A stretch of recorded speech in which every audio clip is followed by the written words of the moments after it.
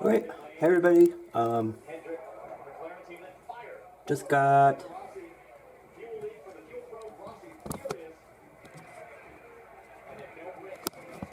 this all-in-one cable. It's actually not a cable, it's sort of like an all-in-one cable board, and I should know where it came from. Mine came from NA6D, and then another ham created it, and then I actually have this picture from W1BTR, and then I have the instructions from W1BTR. So today I'm just soldering on the 2.5 millimeter headphone pin connector and the 3.5. This is 3.5. This is 2.5. Oh, this is the board. You can see it. I don't have very good lighting, just in my basement. This is the back. This guy is the brains, and I'll put a link to NA6D and W1BTR in the video. And then this picture kind of shows you what the pins do. It's easier to see on here. So we got speaker ground, all the grounds basically on the bottom. Data, I guess that's like cat control, mic ground, and PTT. So the way I understand it, there's one firmware for like PTT and then one firmware for like computer control or Vox. Does that make sense? No, the computer control would be PTT. I'm not sure, maybe those are different things. But there's two different firmwares, and there's the radio output. So that's the sound from the radio. Data output.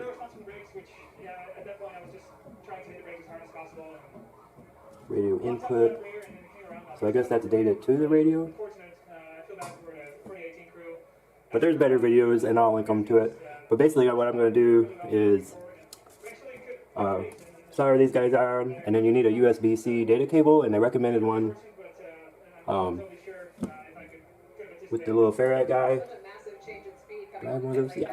So like something like this, or you can buy the USB cable with one of these on. It's supposed to help with the RFI, the radio interference. And then NA6D sent me a solder guide, and I didn't order one, but I should have, but must have known that, so got my solder guide. And then I have the case, so you can see in there this nice 3D printed case, and it says NA6D. I don't know if you can see that. And this solder guide is really nice. It actually has a little tiny pin right here and a little tiny pin right there to hold the circuit board, and then it's pretty obvious the 2.5 connector goes there, and then the 3.5 goes there.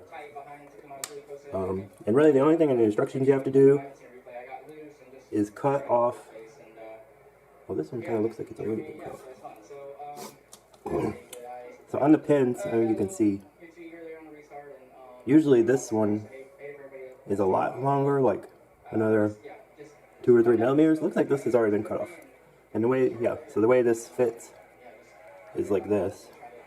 So this is the back, and then this is the front.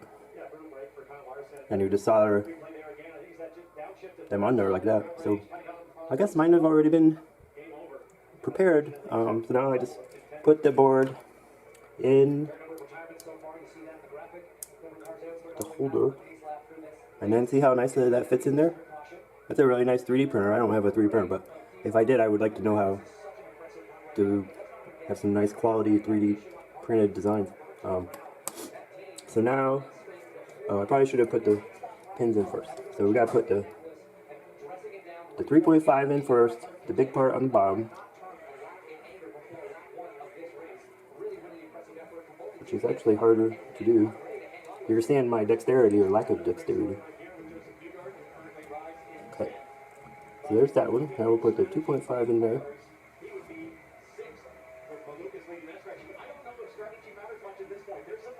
I don't know if you can hear in the background, I'm watching the race, Indy 500, so I apologize that, or don't apologize. Alright, so now we got the 2 different connectors in our solder holder. And then we just put our board in, kind of wiggle it in there, I suppose, and then try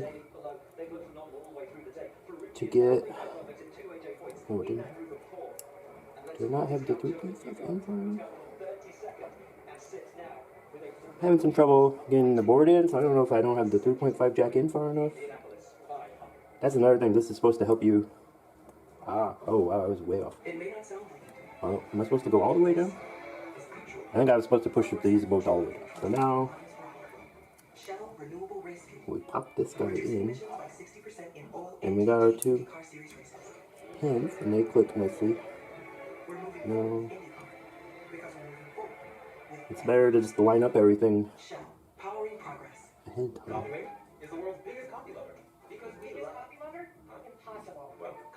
Let's see if we can turn that a little bit. And you can see the back lines up really easily. So I got some little pliers. They're actually not pliers, they're cutters. Ah! And we just straighten these pins out a little bit. 14 years from today, Jen Gomez will turn her tiny garden into the biggest backyard barn in town. A totally organic, free-range Alright. that Jen is already future. And the trick, this is some tiny solder. I don't know if you've ever seen the guy that solders the UV5 UV56 and the quenching things, and he puts the new mod on there. Like, he has really good solder. I am not that good, but I will do my best. I'm gonna tilt the camera down a little bit, and then let's do the back first. That'll be easier. Let's put it over here. And I actually have this magic stuff I got from AliExpress. I don't know what it is, but it like tins the end. You just put it in there, and it tins the end of the soldering. It's amazing. And then we got this chemical smoke glue. And then what we do is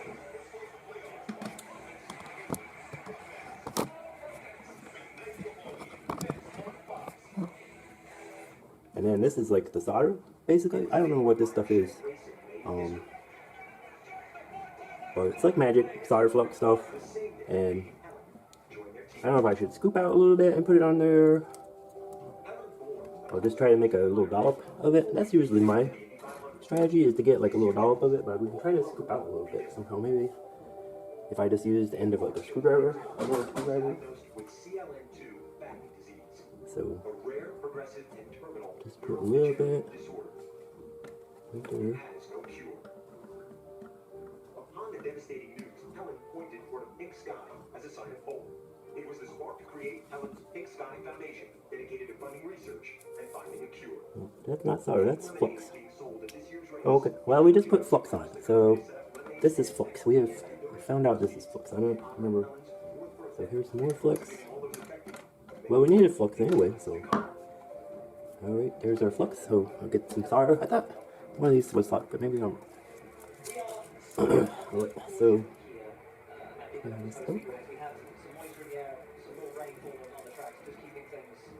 oops, pretty good.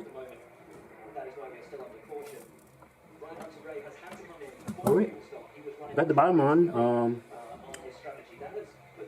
Hopefully that's fine. Looks like both pieces are connected. Oh, I'm not pointing at this. So I got the bottom on. I got both on there. So now we'll go to the front.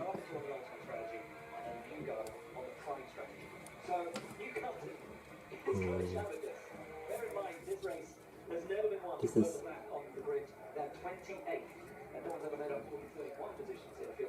alright, there's one. Put it a little bit over here so you can see. This cost about $20. The little 3D printed case, $4. They had it together. W1BTRs has a website where he sells it. They sell it. I think it's $30 with soldered, and then NA6D was sold out. That's why I bought it without unsoldered. It was $20 this way.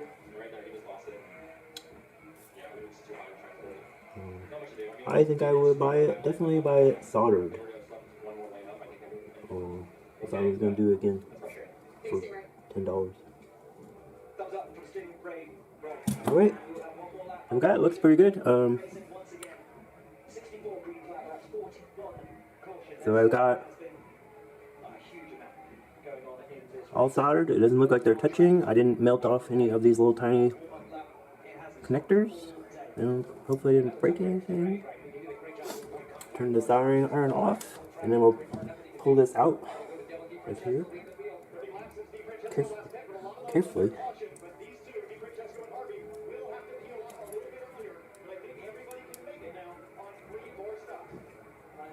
Can I get this out? Oh, I think I got it.